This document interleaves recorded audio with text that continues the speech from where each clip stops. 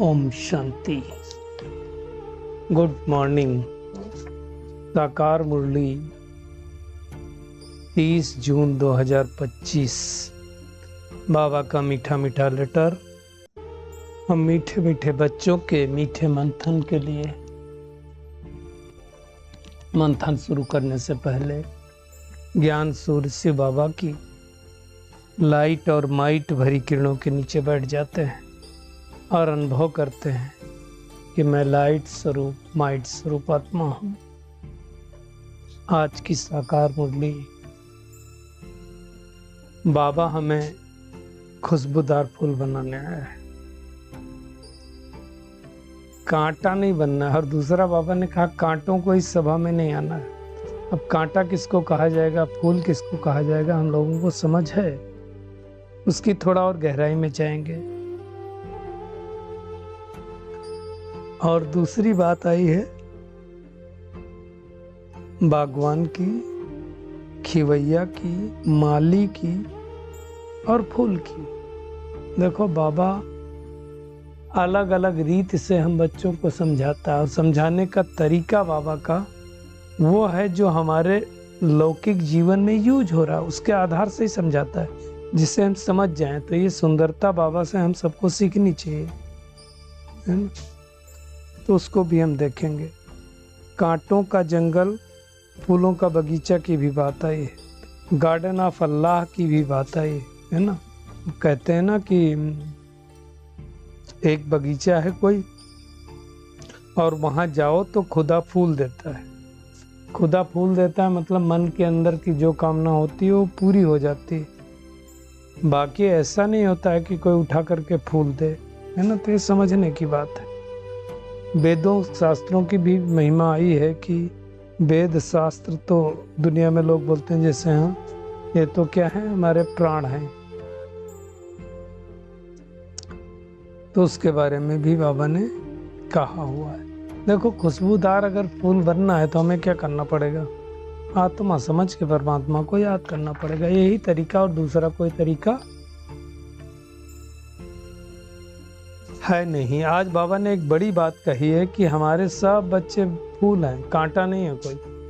अब ये बहुत बड़ी बात है, बहुत बड़ा स्टेटमेंट बाबा ने दिया है। चेक करें हमारे अंदर कोई कांटा तो नहीं है। बगीचे में तो अच्छे अच्छे फूल ही लगाए जाते हैं।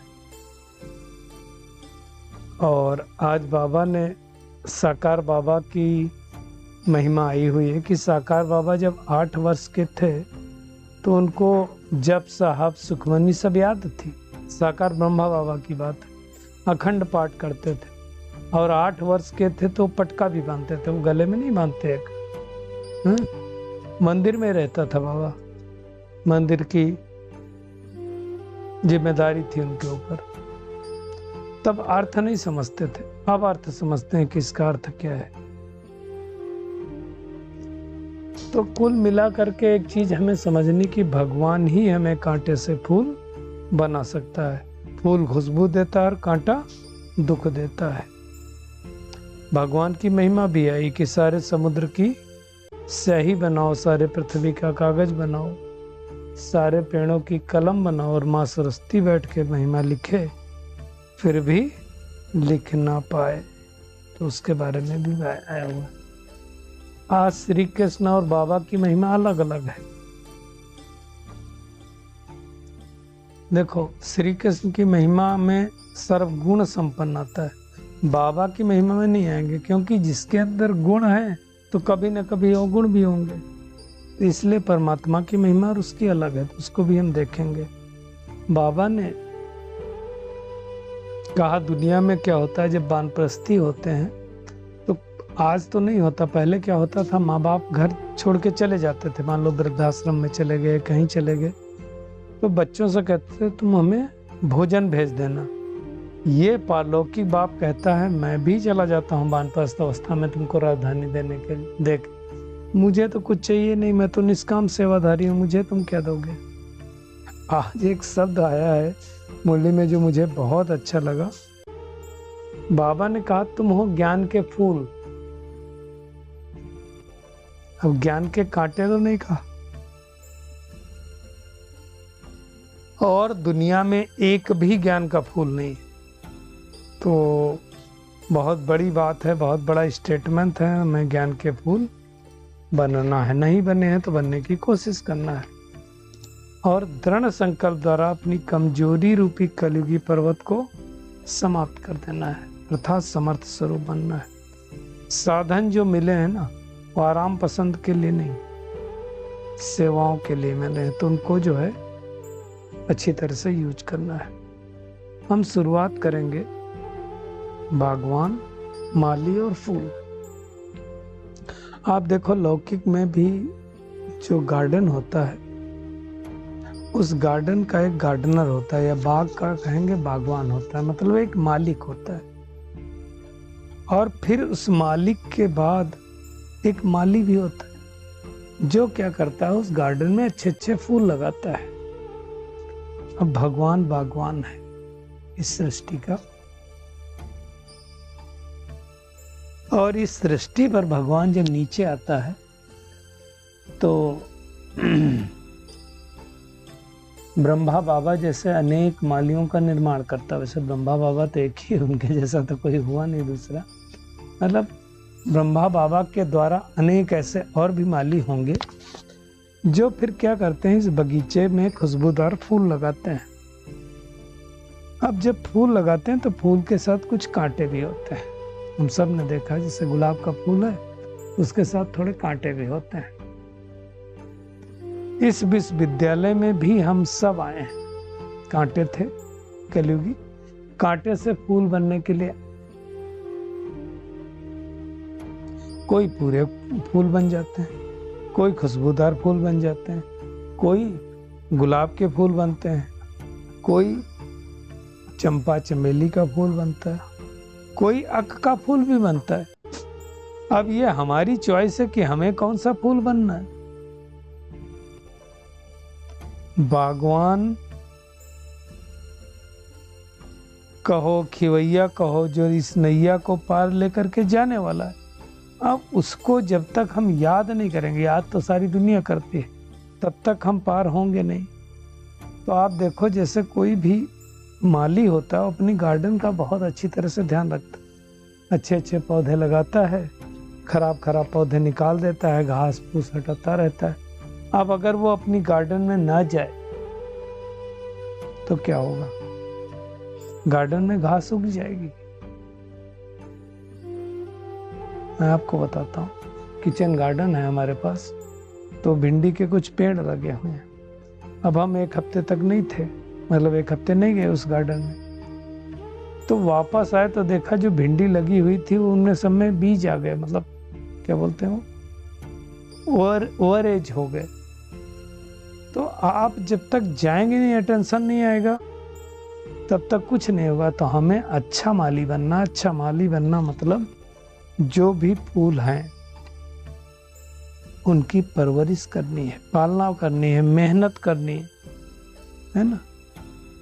खुशबूदार फूल बनाना है, भगवान आया है ना हमें बनाने के लिए, तो हमें पहले बनना है और फिर दूसरों को बनाना है। कांटा नहीं बनना, कांटा होगा तो क्या होगा। आप देखो माली को भी कांटा चुभता है, वो निकालने जाता है तो कई बार हाथ में लग जाता है। तो हमें कांटा नहीं बनना, हमें खुशबूदार फूल बनना है।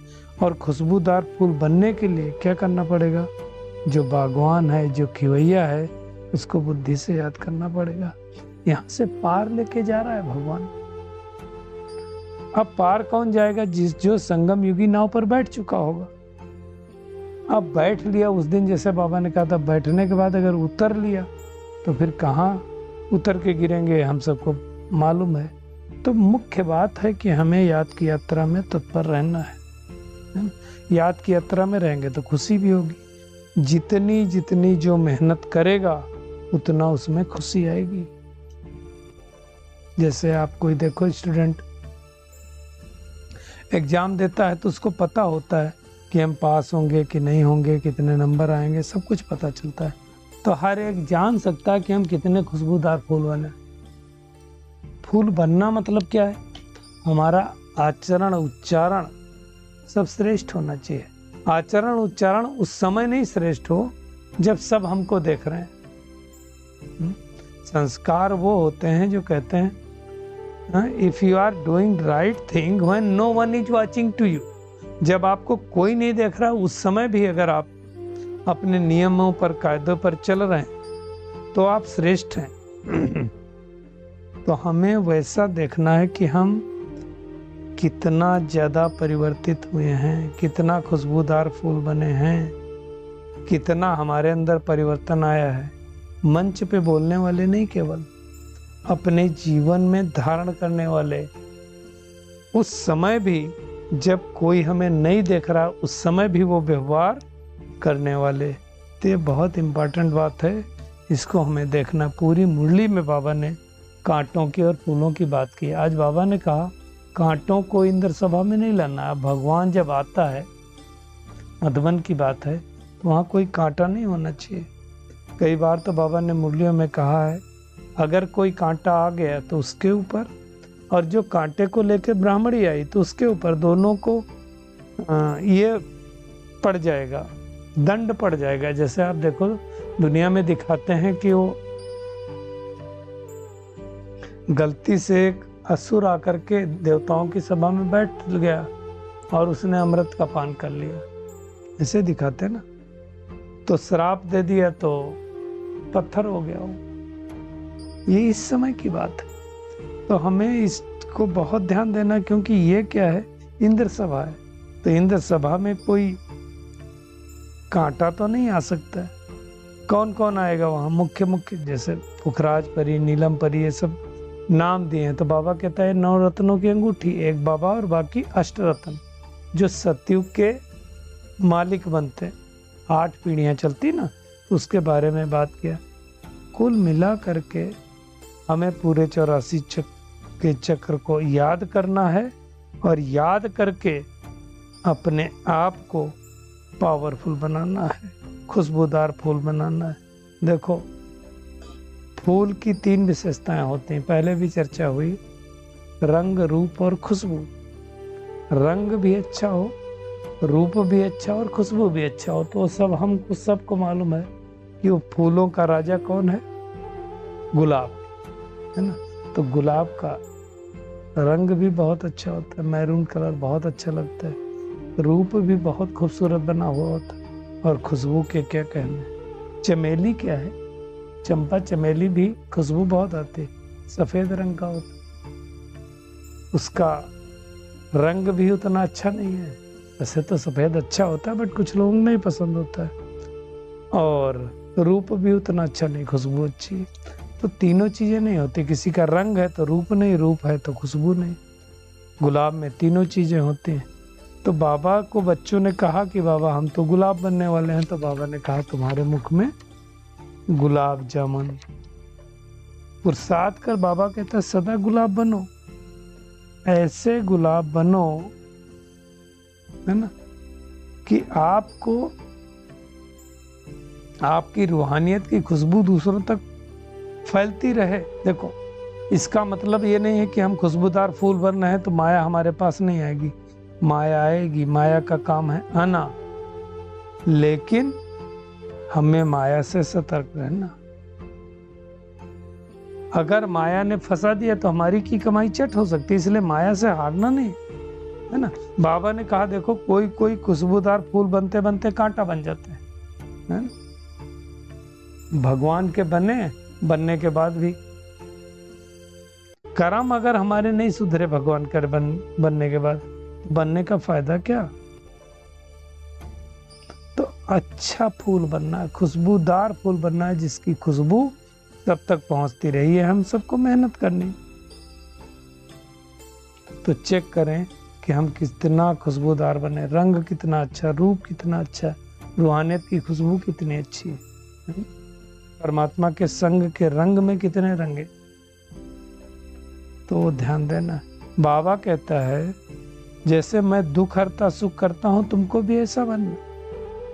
ऐसा आज बनेंगे तब तो सतयुग त्रेता में राज करेंगे। सतयुग त्रेता में कोई वजीर नहीं होता, सलाह लेने की जरूरत नहीं। वजीर की तो तब जरूरत होती है जब पतित हो जाते हैं, जब देवताएं वाम मार्ग में चले जाते हैं, जब पूज्य से पुजारी बन जाते हैं, तो ज्ञान मार्ग में पूज्य और अज्ञान मार्ग में पुजारी, है ना।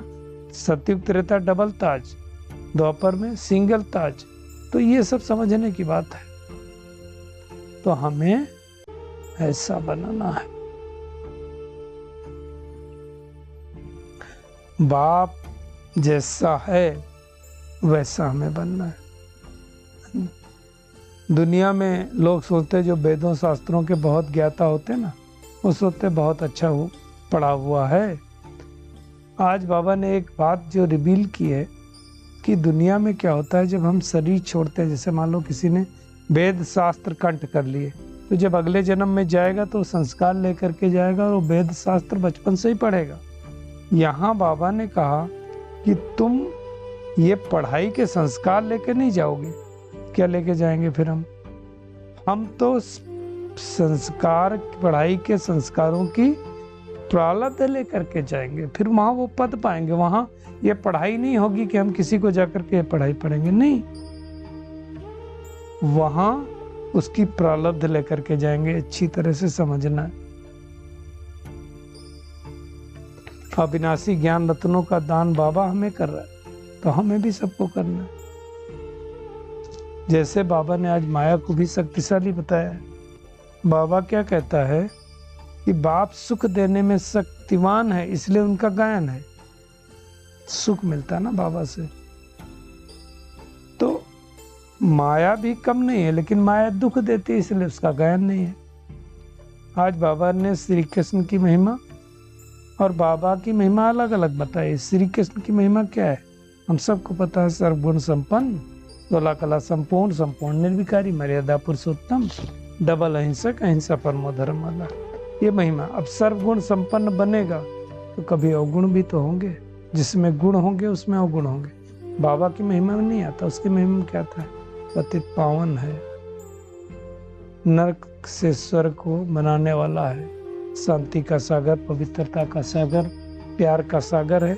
ये उसकी महिमा है ना। सर्वगुण संपन्न उसकी महिमा में नहीं आएगा। तो ये हमें उसको सिमरण करना है।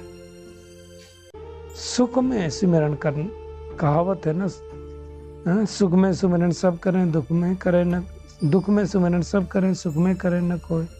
सुख में सिमरण करें तो दुख काहे को हो। तो ये अच्छी तरह से समझना। आज बाबा ने एक बात और जो कही हुई है, तो दिल को लगने वाली बात है कि दुनिया में जो कोई वानप्रस्थी होते हैं, सत्संग में जाते हैं तो कहते हैं बच्चों से हमें खाने के लिए कुछ भेजते रहना। अब बाबा तो ऐसा कहेगा नहीं। क्यों नहीं कहेगा? क्योंकि बाबा तो भोगता है, बाबा तो करता है, उसको चाहिए नहीं। अब 2500 साल के लिए देखो हमको विश्व की बादशाही दे करके वो बैठ जाता है। बाबा कहता है मैं निष्काम सेवाधारी हूँ, और दुनिया में कोई मनुष्य आत्मा निष्काम सेवाधारी हो नहीं सकती। और फिर 2500 सालों के लिए बाबा का पाठ बंद होता है। फिर बाबा का पाठ कब चालू होगा? फिर जब बाबा द्वापर युग आएगा तो उसका पाठ फिर से चालू हो जाएगा, जब भक्ति मार्ग प्रारंभ होगा। ये सारी बातें बाबा अच्छी रीत हमें समझाता है। तो बाबा कहता है आज मैं तो तुमको ब्रह्मांड का मालिक बना देता हूँ, विश्व का मालिक भी बना देता हूँ, तुम डबल मालिक बनते हो। और फिर मैं 2500 वर्ष आराम करता हूँ। आज बड़ा अच्छा लगा, बाबा ने कहा तुम हो ज्ञान के फूल। अब इतना बड़ा बाबा ने टाइटल दे दिया तो हमें चेक करना है, क्या मैं आत्मा ज्ञान का फूल बनी हूँ? क्या मेरे मुख से ज्ञान रतन निकलते हैं? हमारा एक एक ज्ञान रतन लाखों रुपए का है, तो मुख से रतन ही निकलने चाहिए। अच्छी तरह से इसको समझ करके ज्ञान रत्नों में खेलना है, मेहनत करनी है ना। सृष्टि बदलने वाली है, सृष्टि बदलने से पहले अपने आप को तैयार करना है। बाबा ने कहा बाबा के तुम बने हो तो माया के तूफान आएंगे, इसमें डरना नहीं है। गंदे तूफान भी आ सकते हैं, संकल्प भी आ सकते हैं, है ना। क्योंकि माया क्या करती है, उस समय अपनी ओर खींचने की कोशिश करती है। कमजोर नहीं बनना है, कमजोर होंगे तो प्रजा में चले जाएंगे। हमें शक्तिशाली बनना है, हमें दास दासी भी नहीं बनना है। तो अच्छी तरह से ध्यान देना। आज के वरदान पे आते हैं। दृढ़ संकल्प द्वारा कमजोरियों रूपी कलयुग पर्वत को समाप्त करने वाले समर्थी स्वरूप भव। देखो, दिल शिकस्त होना, किसी भी संस्कार व परिस्थिति के वशीभूत होना, व्यक्ति वैभव की तरफ आकर्षित होना, ये कलयुगी कमजोरी रूपी कलयुगी पर्वत है। इनको क्या करना है? दृढ़ संकल्प की उंगली के द्वारा सदा काल के लिए समाप्त करना है। कल भी बाबा ने कहा था ना, पुराने संस्कार को समाप्त करना है, पुराने संसार से बुद्धि हटाना है। जब सदा काल के लिए समाप्त करेंगे तो विजयी बनेंगे। निश्चय रहे विजय हमारे कल्प गले का हार है, मैं कल्प कल्प की विजयी आत्मा हूँ। इसी स्मृति में रहेंगे तो समर्थी बन जाएंगे। यही स्नेह का रिटर्न है। तो ऐसे हमें फॉलो फादर करके सर्व गुणों के स्तंभ बनना है। आज बाबा ने कहा जो भी साधन मिले हैं ना, उस सेवाओं के लिए, आराम पसंद के लिए नहीं। बाबा के घर में बहुत सारे साधन आ गए हैं। साधन बाबा ने क्यों दिए? सेवा करने के लिए, आराम करने के लिए नहीं दिए। तो उसको चेक करना है। अब व्यक्ति इशारे में आया है, बहुत अच्छी बात आई कि जैसे एटम बम एक जगह पे छोड़ो तो क्या होता है? वो चारों जगह फैलता है। एटम बम तो आपका चेन रिएक्शन होता है, एक के बाद एक, और वो फैलता जाता है, इसलिए एटम बम बहुत नुकसानदायक होता है। तो ऐसे ही बाबा कहता है वो एटम बम है और आप आत्मिक बम हो।